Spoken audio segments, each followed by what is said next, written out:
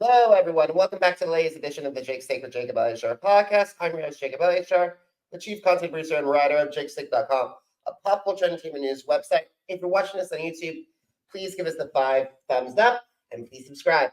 If you're listening to this on any of our audio platforms, please give us a 5-star rating and please download this episode and more episodes. I'm thrilled to welcome our next guest today. She's a singer-songwriter, and as of this recording, she has over 351,000 Facebook fans, 876,000 Instagram followers, and 1.3 million TikTok followers. You may have also seen her on a little show called The Voice, where she was on Team Kelly Clarkson, and her music has been featured on ABC's Nightline. So please help me welcome Kelsie Watts to the podcast. Hey, Jacob, how are you? I'm doing fabulous. Thank you so much for taking time to schedule talk with me today. I really appreciate it. Yeah. Oh my gosh, I'm excited. It's gonna be great. Alrighty. So, when did you get interested in performing, and how did that passion evolve into desire to pursue a career in the music industry? It's gonna sound incredibly cliche, but I've been singing since I was 3. Like, straight up, the first video we have, I was in Looney Tune pajamas, like sitting on my fireplace, and my parents had like the old school, video camera, just singing away, and they were like, "It's gonna happen." And so there's always, ever since I was little, I always wanted to be a rock star. I didn't even say a singer. I was like, I want to be a rock star. And so it's just kind of always been like in my DNA. It wasn't ever, I've never had like a plan B or, oh, if this doesn't work out, it is just my life. So yeah, I've just always wanted to be a singer and loved writing, and just kind of molded me. And it's just really it. Absolutely, Kelsie. But believe me, when I was a kid, I always had, my folks and I created they had a huge box where we transformed into television because I wanted to be a reporter on television. And on one side it was Phil Donahue, the other side was Oprah Winfrey, and the other one was Jesse Raphael, and then me. I love that. That's amazing. That's absolutely amazing. It is. Though we both have similar. But I'm also a huge lover of reality television, and many of my audience members recognize from both the final Fox season of American Idol, which was in 2016, and The Voice in 2020. So why decide it was time to audition for The Voice after competing on the final Fox season 4 years later? So, fun fact, I actually had a producer reach out to me for the season of The Voice. They reached out and said, hey, we would love to bring you to LA, do an in-person audition, see if you would be a good fit for the show. And so went out to LA, did an in-person audition, and they decided to put me on. So it wasn't even something that I was necessarily looking for. I've always thought The Voice was really cool, but especially after American Idol, I wasn't like, oh, let's do reality TV again. But, it was also during COVID. And as an artist and just a full-time singer, we all lost our jobs, just like everybody else. And so being on The Voice, especially during COVID, not only provided stuff for me as an artist and musically, but also provided a job for a little bit, for a few months. So that was definitely a blessing that I didn't expect to come along. But yeah, the whole reason that I went on the show is because the producer reached out, and I was like, well, might as well give it another shot. And you had a great journey too, because the thing is, you opened up with probably one of the most gutsiest and ballsiest things you could do was sing a coach's song. So you did I Dare You for Kelly Clarkson. And not only did she turn around, but Gwen Stefani turned around as well. So what did it mean to have Kelly first and then Gwen? I mean, especially to have the artist of the song turn around. I was like, oh, thank God. It was a massive relief. I knew going into singing that song that it was going to be either really awesome or really not awesome. But either way, I knew they were probably going to put it on TV. So I was like, well, here we go. Let's just take a risk. And whenever you start singing, I mean, their backs are all turned to you. And especially during COVID, we didn't have an audience. So it is just the 4 coaches and you. And it's like the most stripped down audition in essence. And so you're putting yourself out there, but you're not getting any like energy or feedback back from anybody else. So it's incredibly nerve-wracking. And you're just kind of like, eventually you get through, you're only singing for 90 seconds. So you get through a certain point and you're like, well, this is a good thought. And you're like convinced they're not going to turn around. And so whenever they finally did, it was the most like, I was just so relieved. I was like, okay, so it wasn't awful. Thank God.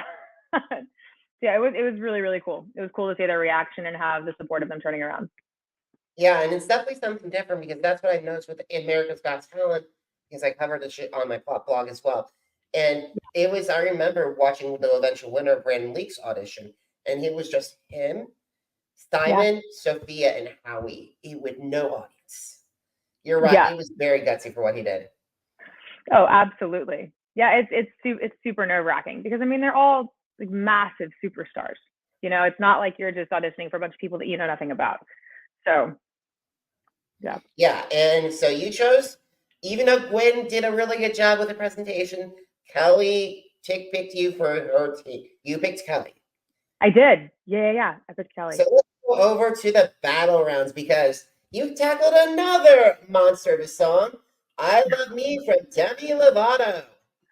Yeah. Whenever we were told we were doing that song, I was really excited because it's in my wheelhouse, but the girl that I was paired with, it's not in her wheelhouse.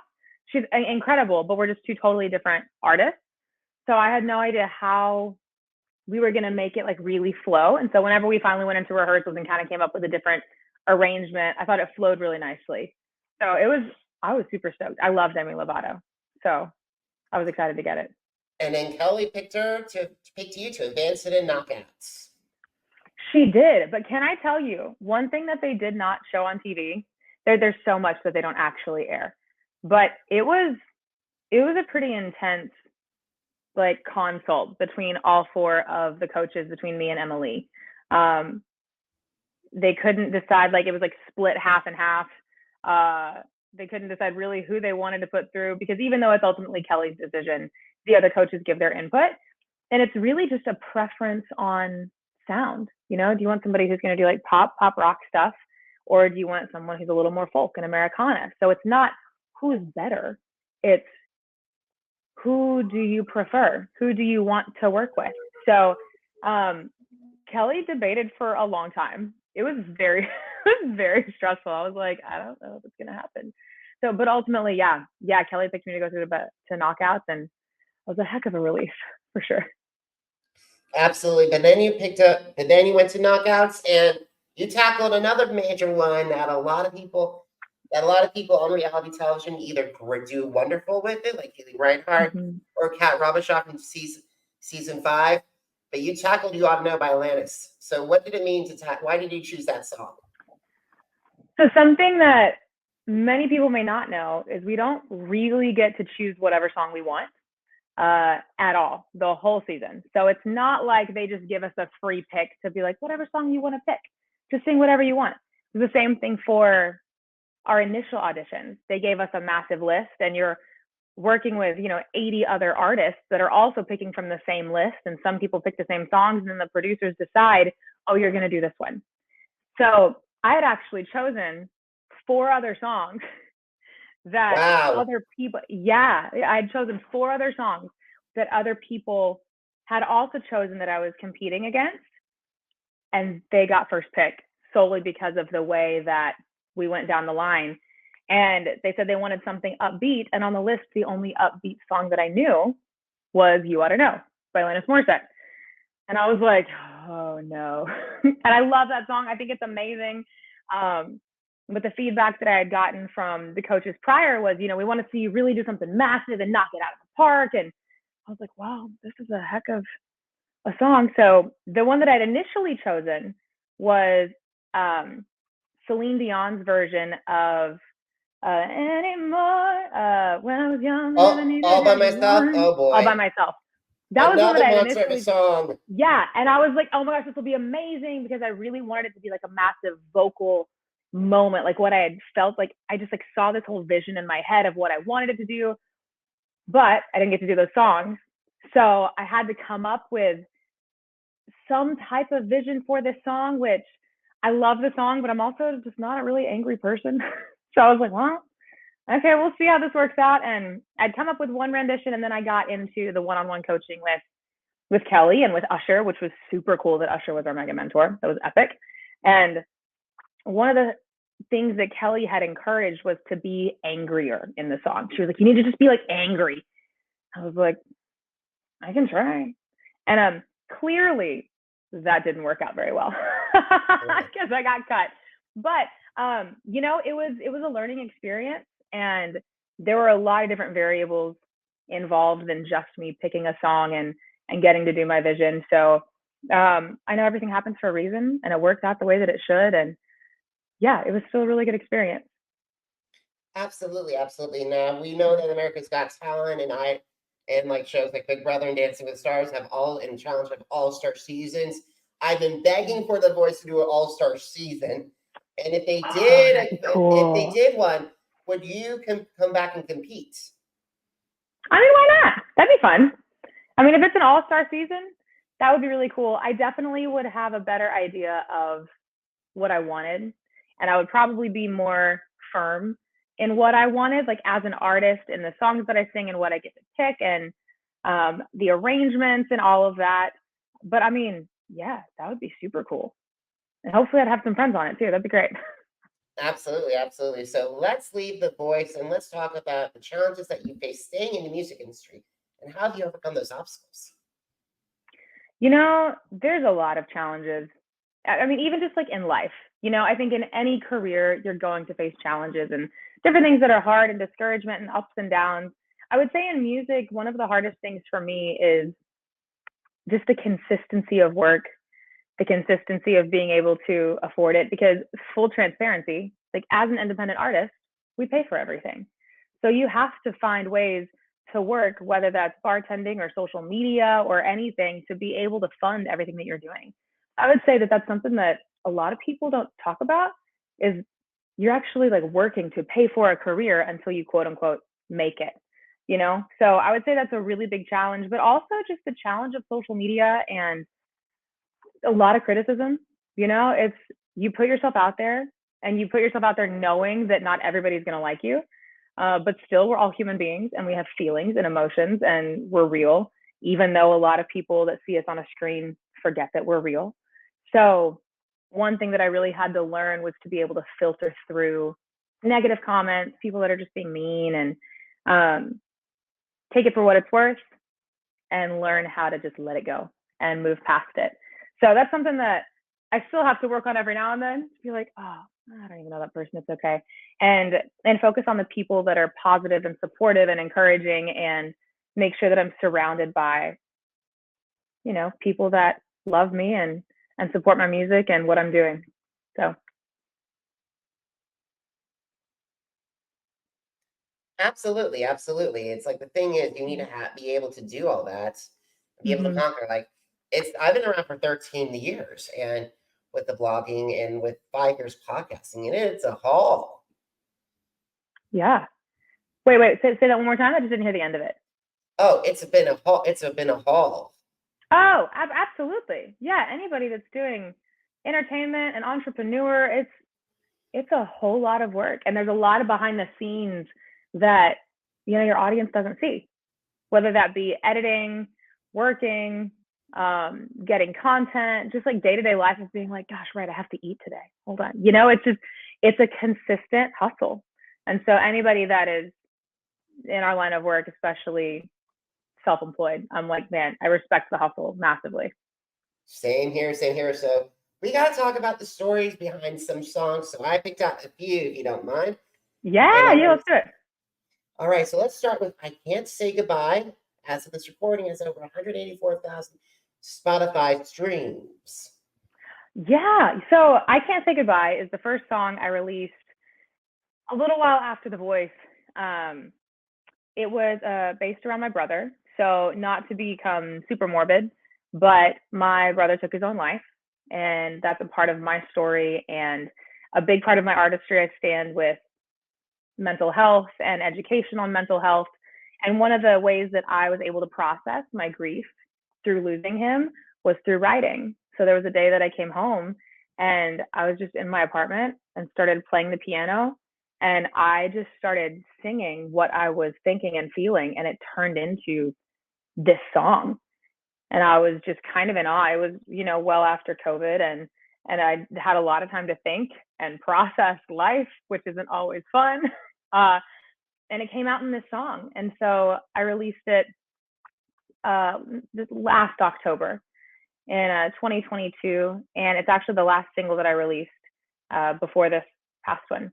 But I wanted it to be a song that anybody could relate to that had lost somebody too soon.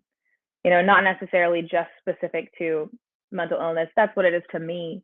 But make it to where, you know, if you had a family member pass away unexpectedly, or, you know, if you had your dog pass away unexpectedly, it's anything that means a lot to you if you lost it too soon. So that's really what I dedicated the song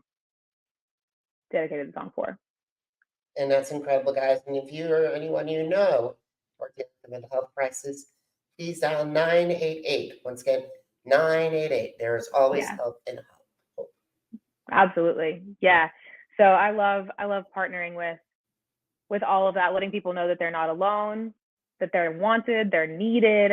Dee Dee Hirsch is actually who I partnered with that funded 988. So it's something I'm very passionate about, and I love that I was able to put out a song that had such a special meaning to me. All righty, so we're going to move on right now to Look What You Missed, featuring a collaboration with Nico the Owl. And as of this recording, it's 518,000 Spotify streams. Woo! Look What You Missed is the second song I ever released ever. And in the session, I remember wanting to just create some type of anthem. And Look What You Missed is what came out. I just gotten out of a really bad relationship and wanted to write a song that was me taking back my power. And so that is what the song is about. It's like, I'm me, I am woman, I'm not defined by you or what you did to me or what's happened to me in the past. So like, check me out now. So really just like an anthem of awesomeness. And that's an amazing anthem. So speaking of which, now they're going to stop as another anthem, but with Nick Elliott and 843,000 Spotify streams. Yeah. Nick reached out to me. He's a DJ, and we wrote that over Zoom. He's in Texas, and I was in Nashville at the time, and we were like, man, let's just write like a motivational, never stop, do the hustle kind of song. And honestly, it turned out to be really awesome. I love that song. Awesome. And now finally, you released your version of I Dare You, and it's your most streamed song as of today with 1.2 million Spotify streams. Yeah. Whenever I got done with The Voice, I got a lot of positive feedback on the YouTube video that The Voice had actually posted on their channel. It went viral, went everywhere. And I was like, I really want to create, like, I want to release my own version of this. So I hit up a friend, and he did a piano track, and I was like, man, well, let's just see what happens. And I released it, and it just popped off, which I'm so grateful for. But it was a fun song to sing. I love it. Awesome. And now the final song I want to talk to you about is your latest single. I love it. It's After Midnight. It's a fabulous song. So how is After Midnight similar or different from your previous tracks? Thank you. I'm so glad you like it. It's a fun song. I actually got to write it with a girl named Liz. She wrote for Celine Dion. Craig was the producer on it. I mean, they're amazingly talented people. We wrote it in Canada. And something that I have done on purpose is I have not released a song since I Can't Say Goodbye, which was last October. And I wanted to be very intentional with my artist development and my sound, and not just different collaborations and, just sing this because people say it's cool, or sing this because people say it's cool. And I was like, no, I want to write for me, my song, my sound, like figure out what that sound is. And that's what After Midnight turned out to be, working with the writers and the producer to create this sound of like pop and rock and like a little bit of like soul vocal into it to start to create this Kelsie genre. So it still has a really powerful message, and I'm super grateful that it turned out to be what it is. But I would definitely say it's different because I feel like it's actually me. Awesome. It's a wonderful song. So that's perfect. So we got to start winding down our conversation. So let's talk about social media. So you have a lot, you have a vast amount of Facebook, Instagram, and TikTok. So what is your favorite social media apps to connect with your fans and why? I would say as far as a connecting point, people engage with me more on Instagram, which surprises me. I don't know why, but because I love TikTok. I think TikTok's super fun and I'm on it all of the time. And there's still like really good communication through there. But for some reason on Instagram, people are more likely to have a conversation with me instead of just commenting and just sharing. It's like actual engagement back and forth or sending me messages. I'm able to connect more with people on there. So I'm not sure why it's like that, but that's just kind of how it is. I do love TikTok a lot though. It's super fun. And the amount of people that are on it is so much larger. So I'm able to connect with people from all across the world, even on a larger scale than on Instagram. But I would say those are my top two favorites for sure. Awesome. So last question, are you ready? I'm so ready. So besides social media, where can the audience find your music, find out more information about you? So you can find all of my music on Apple Music, Spotify, Amazon Music, Deezer, Tidal, really anywhere that you can stream. So yeah, that's where you can find all my music. Social media, TikTok is Kelsie Watts, Facebook is Kelsie Watts, Instagram is Kelsie Watts Music, because Kelsie Watts regular is just taken. So that's why I added music after it. Awesome. So guys, have you missed an episode of the Jake Steak with Jacob Elyachar Podcast? Visit our channels on Amazon Music, Apple Podcasts, iHeartRadio, Podchaser, Spotify, and Spreaker. Jake Steak with Jacob Elyachar, JACOBELYACHAR. Now, are you on social media? I'm on social media too.